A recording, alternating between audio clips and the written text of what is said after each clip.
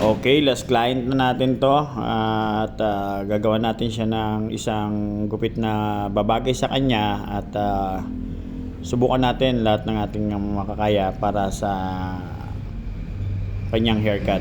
Ang client pala natin ngayon ay walk-in from Cubao, galing siya ng Cubao at taga rito yung girlfriend niya sa Camarin. Ito po ang gagawin natin sa kanya.